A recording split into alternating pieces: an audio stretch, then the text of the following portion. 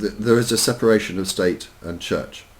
By signing up to something that is put forward by a religious body for religious purposes and religious motives, isn't this, as I say, blurring that distinction between church and state? It is, but the thing is, they don't go quite so far as to. I mean, they do mention the Judeo-Christian tradition and Christianity, this in general. They don't They necessarily. don't mention Islam, do they? They mention No, no. Well, I mean, Christianity they and do Judaism. derogatorily. Yeah. Yeah. Yeah, Islam is the red-headed stepchild of the Abrahamic family. They don't play well with the others, and vice versa.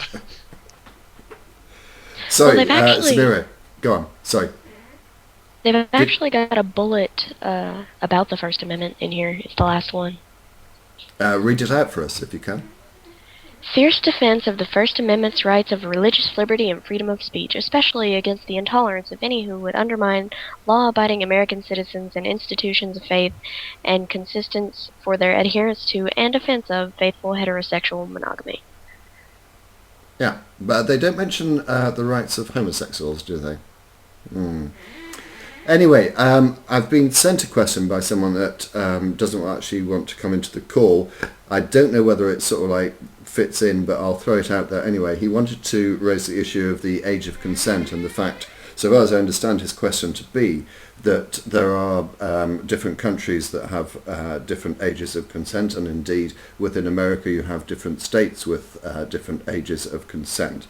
And I think his question was, why is this, and how can it be justified, and should there be one general age of consent? And that came from, say, Matthias.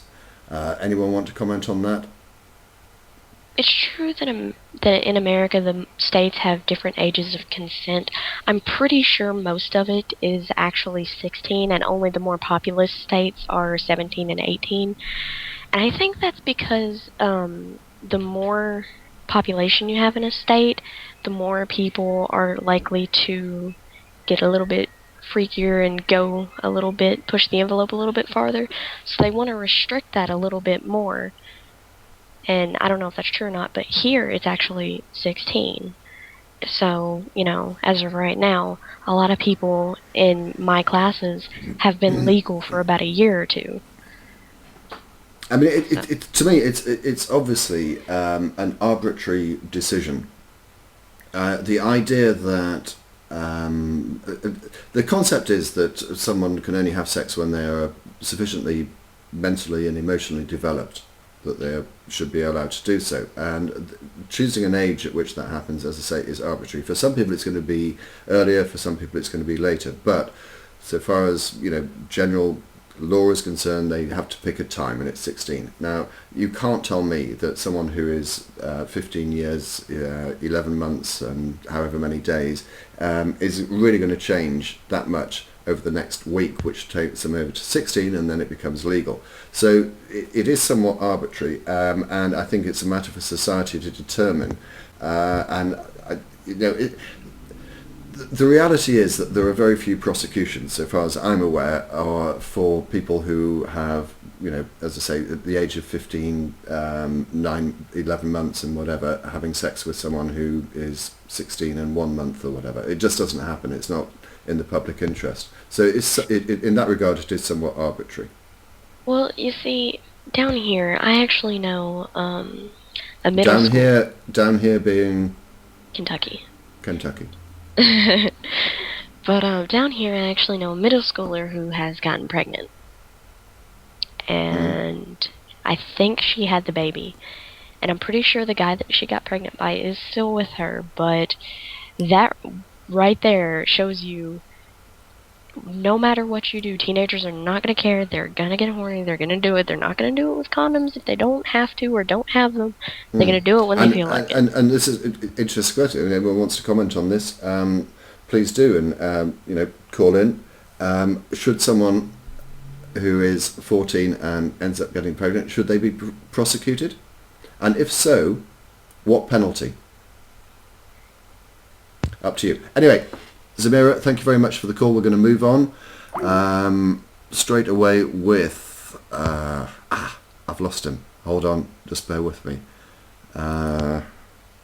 This It's is interesting here in Texas. The big miraculous. thing is if you're from Mexico, when you hit 15, you have your quinceañera, and at that point you're sort of open to dating. So it is not. It's a traditional practice that at 15 you can start sort of dating boys, and you're open to the whole idea of marriage. So we get a lot of underage marriages and pregnancies as well, and it's just a cultural thing. And so the statutory rape laws end up catching a lot of people just based on their cultural differences. And a lot of call for changing that so that it's sort of culture specific. Hello, welcome to the show. Hello. Just before I get into what I wanted to talk about, someone in Georgia, where I live, a 20-year-old kid I graduated with, just got arrested by state agents for going to try and get with a 15-year-old, and he's basically being charged alongside child molesters and the like. And what age is he? He's 20. And do you think that's that's appropriate, that he should be arrested? I mean, he should get like a slap on the wrist, I think, because personally I think it might be a little disgusting, but he likely, unless he gets a good lawyer and gets a good plea bargain, he'll probably be registered sex offender for the next few years. I know that I have a reputation for being YouTube's top paedophile, but on a serious note, do you not think that there's something somewhat uncomfortable with the idea of a 20-year-old searching out a 15-year-old? Well, I mean, I don't know I really don't know the odds and ends of it. I mean, it was more just like a Facebook thing. I mean, it could, for all I know, it could have happened. Yeah. It could have been like entrapment. It could have been like it was an undercover agent who had an account. Could have been like a picture of a 20-year-old that was hot or something. I'm sorry, this entrapment argument and people saying, "Oh, this is all awful." I'm sorry, if the entrapment is, for example, the police setting up an account on Facebook pretending to be a 13-year-old child and receiving messages from 30, 40, 50-year-old men who are obviously trying to engage in sexual activity. I have no problem with entrapment at all. I think it's a positively good thing. Anyway, we're moving slightly off topic. You wanted to raise what issue? Yes, about Michele Bachmann. Yeah. I want to get through this real quick. She talked about how CO2 is bad and we shouldn't worry about it because it's natural and necessary. Just so by this logic, if the polar ice caps all melt and there's tons of world flooding, we shouldn't worry because water is good and natural. So is lava. But I mean, she can't really be this stupid, in my opinion. I think she can. I think she is. No, okay. I think. Well, she said that there's no scientific studies to show that CO2 can be harmful or something along those lines. I think, but I don't think she's. I think she's really just being deceitful because when I took an environmental science class, I learned that CO2 isn't considered a toxin. It's really just considered like harmful for the environment, but it's not considered a toxin like emissions like sulfur and stuff like that are directly like that can cause like very direct harm to humans if inhaled. And I think she's really just being deceitful on that. I think she's being ignorant, probably willfully ignorant. But Concordance, tell us about CO2 and the dangers or use of CO2. Well, I mean, yeah, you can make fun of her for what is this really stupid statement, and whether or not it's toxic or not. It's not. It's an inert gas. It's not like it's going to melt your face off. But if that's all you have to breathe, then you're dead as a doornail. I think the bigger point isn't a matter of we're not going to all keel over and stop breathing. The fact is that we're going to be killing off species. We're going to be radically altering the way the planet is structured. We're going to end up with storms, and it's missing the point. And so her understanding of the problem itself as a potential future president of the United States is that she doesn't even understand why carbon dioxide emissions are a problem. She thinks that people are worried that they're going to be breathing in cyanide or something. and that's not it at all. She's also a intelligent design advocate, which scares the bejesus out of me. But yeah, Well, really, that's the point. She didn't didn't even understand the problem. Yeah, I think that it is easy to mistake comments which were, I suspect, clearly being made in relation to global warming. But even at that level, I'm sorry, there was such a high degree of ignorance in what she was saying. what Yeah, really she would make a great reality TV star. So is tuna chicken or fish?